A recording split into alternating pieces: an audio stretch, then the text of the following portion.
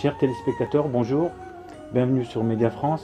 Aujourd'hui, vous avez à mes côtés Brahim, le fondateur de l'association Un geste pour tous. Un geste pour tous organise des actions humanitaires en France et à l'étranger. Donc je vais laisser la parole à Brahim qui va faire la présentation de l'association.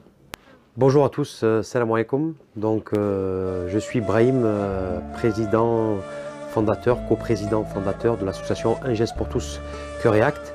Donc c'est une association d'aide humanitaire internationale qui a été créée en mars 2014, qui a bientôt 4 ans d'existence.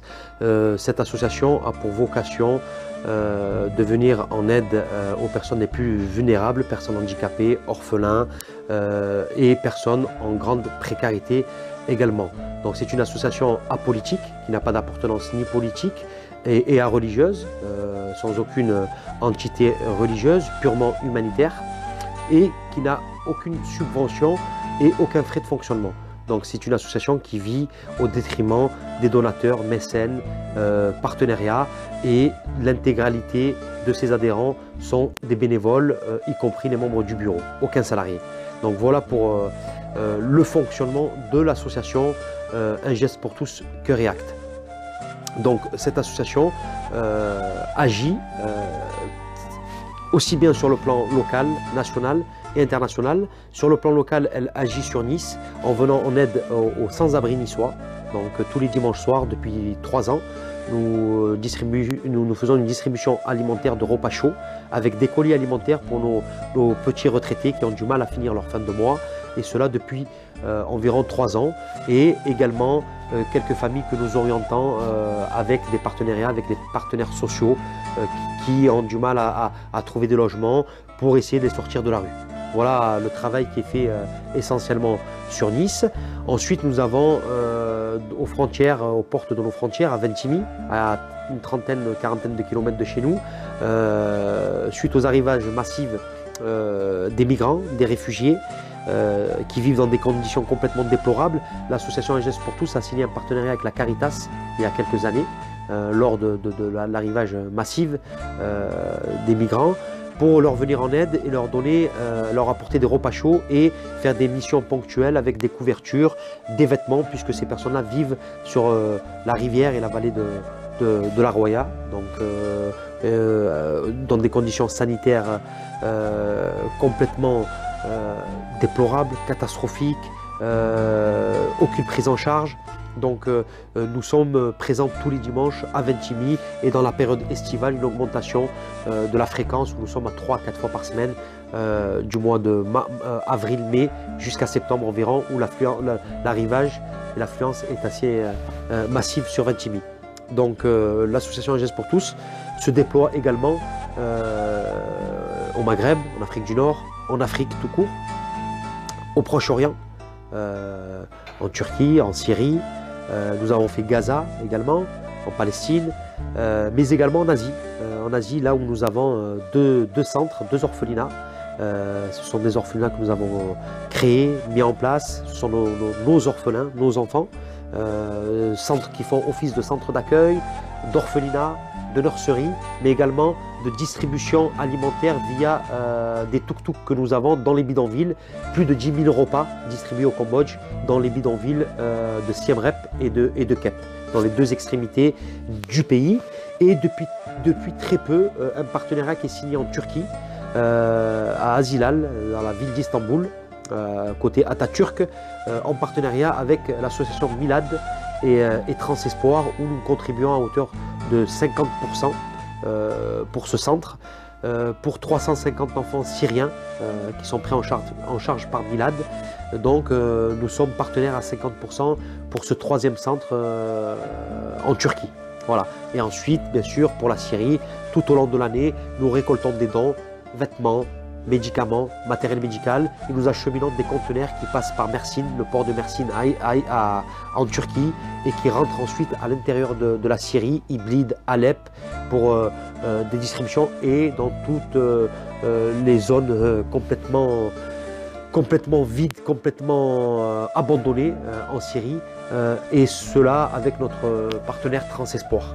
Voilà pour toutes nos opérations. Donc on agit aussi bien sur le plan local, national, international, pour des orphelins, pour des handicapés, pour des vieux retraités, pour les opprimés de guerre, pour les blessés, pour toutes les catégories de gens en détresse. Et nos actions, nos missions de manière ponctuelle en one-shot que nous faisons tout au long de l'année, c'est parce que nous devons répondre à des situations d'urgence, là où personne ne veut aller, dans des endroits isolés, là où les situations sont complètement déplorables, des personnes sont meurtries, abandonnées, morts par le froid, morts par la faim, Proche-Orient, frontière syrienne comme dernièrement, en Afrique également, en Syrie et de partout. Et notre but à terme, bien sûr, puisque répondre à des situations d'urgence, ce n'est que seulement mettre un pansement sur une plaie, ce n'est pas solutionner le problème. Mais c'est le passage obligatoire pour analyser les projets. Et par la suite, comme au Cambodge, à l'image du Cambodge, après avoir fait différentes missions alimentaires, nous créons des centres, des coopératives qui s'autofinancent pour sauver de manière intégrale l'avenir de nos enfants, l'avenir de nos opprimés, l'avenir de nos pauvres malheureux dans la rue. Voilà. Et tout ça grâce à vous, donateurs, entreprises, partenaires. C'est une chaîne de solidarité, maillon par maillon, qui donne le fruit et le résultat de tout ce travail. Si on prend un exemple concret d'action, nous revenons tout juste il y a une semaine de camp de réfugiés frontière turco-syrienne à Hatay, dans la zone de Antakya, la région de Antakya. Donc nous avons été sur place, comme vous pouvez le savoir. C'est une zone de bombardement, une zone à risque, beaucoup de gens, de personnes abandonnées. Une situation vraiment qui nous a fortement touchés, fortement frappés moralement. On compte plus de 1000 orphelins dans la petite ville de Hatay, donc des enfants à perte de vue, abandonnés, situation de détresse. Nous avons fait une opération d'aide alimentaire, du porte-à-porte chez les familles orphelins, avec des colis alimentaires, des couvertures également. Achat de couvertures puisque les enfants dormaient dans la boue, à même le sol, sous des toiles, des tentes.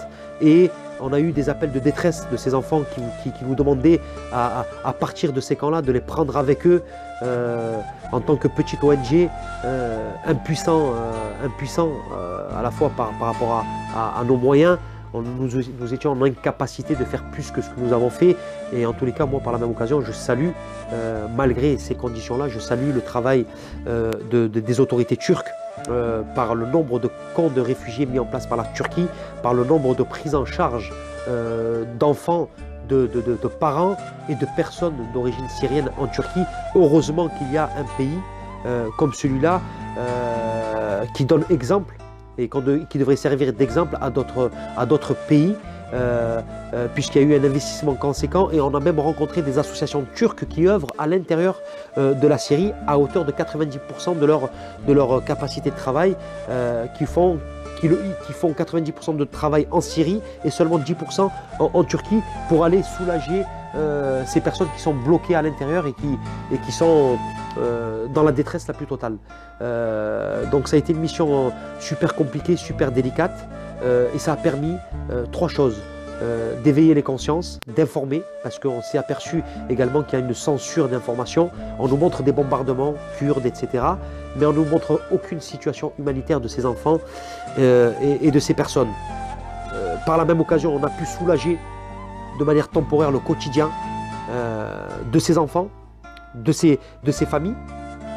Et la troisième des choses, c'est de pouvoir espérer donner un avenir par rapport à la communication et l'information. Mobiliser un maximum de monde pour pouvoir soit renouveler des missions ou soit sortir de ces personnes-là des camps de réfugiés, parce que je le rappelle, ce sont des camps de réfugiés, je parle de camps de réfugiés informels, dû au manque de place, dû au manque de moyens et dû à la détresse où il y a toute une population d'un pays meurtri qui a fui la guerre et qui continue à fuir la guerre, sans compter le nombre de personnes qui sont bloquées de l'autre côté. Voilà, donc l'expérience de terrain est assez riche, certes délicate, mais c'est dans nos rôles, c'est dans nos missions d'humanitaire de répondre à l'urgence. Et l'urgence est là aujourd'hui. Croyez-moi que l'urgence est là. Ces gens-là ont besoin de vous, ont besoin de votre aide. Ne négligez pas les petits dons. 1 euro, 2 euros, 5 euros. C'est grâce à ces petits dons-là qu'aujourd'hui nous avons pu faire ce type d'opération.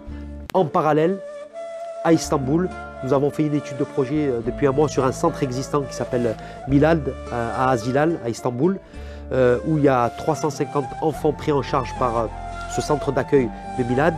Donc après étude de projet, nous allons participer à hauteur de 50% sur ce projet, sur ce centre, en tant que partenaire officiel pour la prise en charge de ces 350 enfants, 60 familles, colis alimentaires mensuels, les moyens de transport pour pouvoir leur donner de l'éducation, un avenir, l'apprentissage de la langue turque, l'éducation avec bien sûr le circuit scolaire classique comme dans chaque pays, et une vie avec un avenir, parce que l'avenir de chaque pays, ce sont les enfants. Donc aujourd'hui, on s'implique en Turquie, dans le centre Milad, avec Transespoir, également notre partenaire, pour essayer d'assainir ce centre existant de manière logistique et fonctionnelle, de lui donner un peu plus de consistance et d'essayer de le développer à l'avenir, parce qu'il reste encore des milliers d'enfants sur liste d'attente que Milad et Un Geste pour Tous que React dorénavant qui ne peuvent pas accueillir. Donc on unit nos forces, on unit nos moyens logistiques, financiers, pour pouvoir développer davantage et sauver un maximum d'orphelins. Voilà.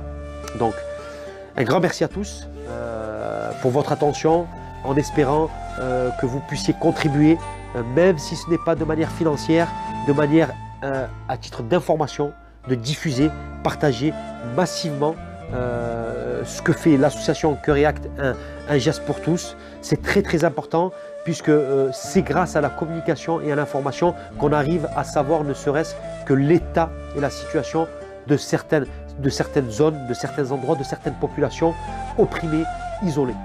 Donc, bien sûr, si vous pouvez contribuer de manière financière ou matérielle, sachez que c'est grâce à cela que vous faites battre le cœur de nos actions.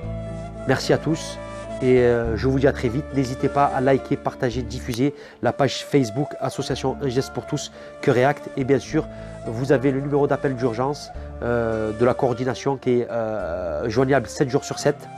Et également le lien PayPal si vous désirez contribuer. Il y a bien sûr une transparence totale de nos vidéos, de nos actions, de l'acheminement et de votre contribution. Merci à tous. Merci Ibrahim.